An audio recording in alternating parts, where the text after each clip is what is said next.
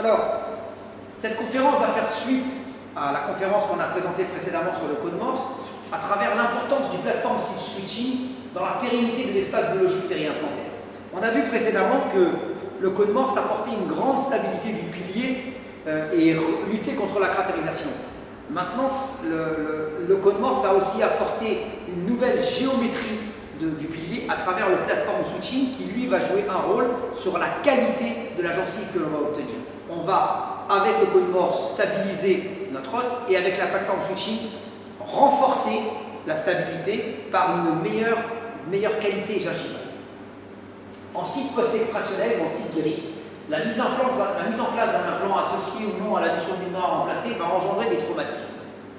Ces traumatismes vont entraîner une perturbation des tissus existants induite par des réactions osseuses et gingivales, aboutissant à la formation d'une nouvelle organisation tissulaire autour de l'implant. En clair, quand on va extraire une dent, on va perdre une qualité gingivale que l'on va essayer de retrouver en améliorant certains paramètres pour que cette gencive se restructure et ressemble le plus possible dans sa structure, dans sa constitution à la gencive péridentaire. Les tissus, il faut savoir que les tissus gingivaux sont soutenus par l'os alvéolaire. Un défaut osseux génère immanquablement un défaut gingival.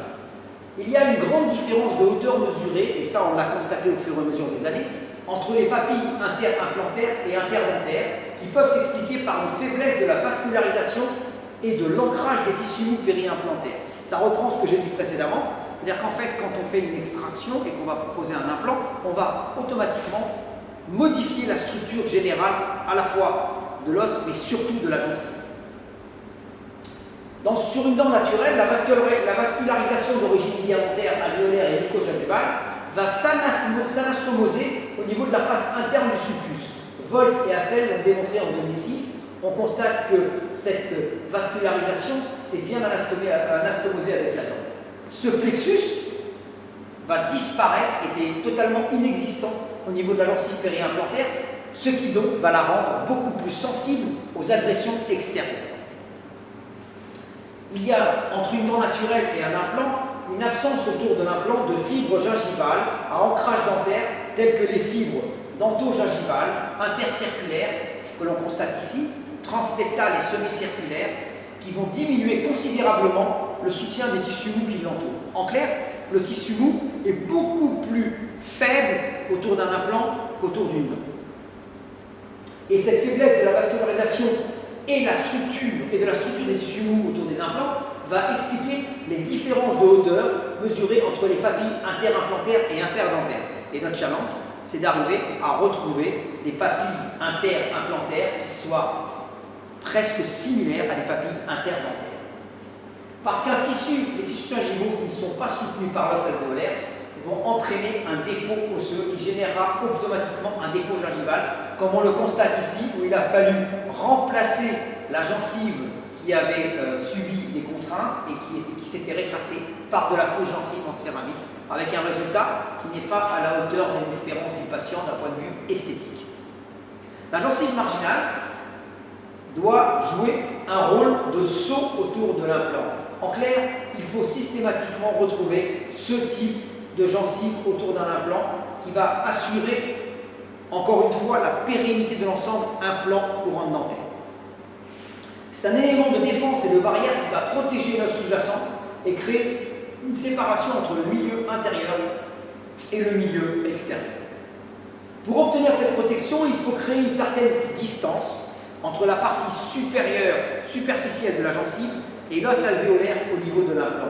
En clair, pour reprendre les termes utilisés précédemment, il faut créer ce qu'on appelle un espace biologique périimplantaire, comme l'ont démontré Bergman et Linde en 1996. Voici un type de gencive qui va être parfaitement stable dans le temps parce qu'on a réussi en fait à la restructurer pour qu'elle soit pratiquement similaire à la gencive des dents naturelles. Une résorption de l'os périimplantaire, même minime, ne va pas mettre en péril le résultat fonctionnel, mais va altérer considérablement l'esthétique. Les tissus mous vont suivre le niveau osseux, une rétraction gingivale dysgracieuse va apparaître. Ce qui veut dire quoi? Ce qui veut dire qu'à partir du moment où il y a agression de l'os, il y a résorption de cet os. Et s'il y a résorption de cet os, il y aura immanquablement une résorption gingivale qui va aboutir à ce type de résultat, totalement disgracieux, comme on le constate sur ces deux diapos. Voici un cas où il est complètement impossible, qui est un cas qui est totalement impossible à récupérer sans la dépose de l'implant, puisqu'on voit ici le liseré grisâtre qui laisse présager qu'il n'y a plus d'os au niveau vestibulaire, la dépose de l'implant, la radiation d'une greffe gingivale et osseuse et la repose d'un implant dans de bonnes conditions en respectant les règles que je vous avais transmises précédemment, les règles de positionnement par rapport à la jonction amélo-sémentaire et le positionnement en vestibulo-palatin. Donc, les solutions qui vont permettre de maintenir les tissus périimplantaires, c'est surtout accroître la distance entre la perturbation et l'os périimplantaire.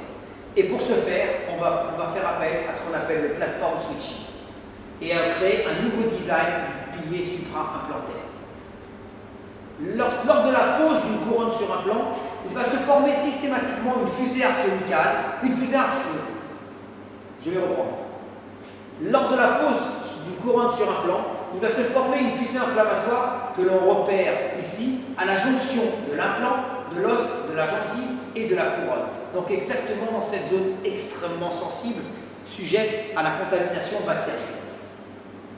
Le but de la plateforme switching, c'est de tenter de déplacer cette fusée inflammatoire de la jonction de l'implant, de l'os et de la gencive et de la couronne vers une zone où elle sera beaucoup moins agressive. En clair, il faut essayer de déplacer cette fusée inflammatoire le plus haut possible pour l'éloigner des zones qui risqueraient de subir des contraintes et des pertes assez importantes.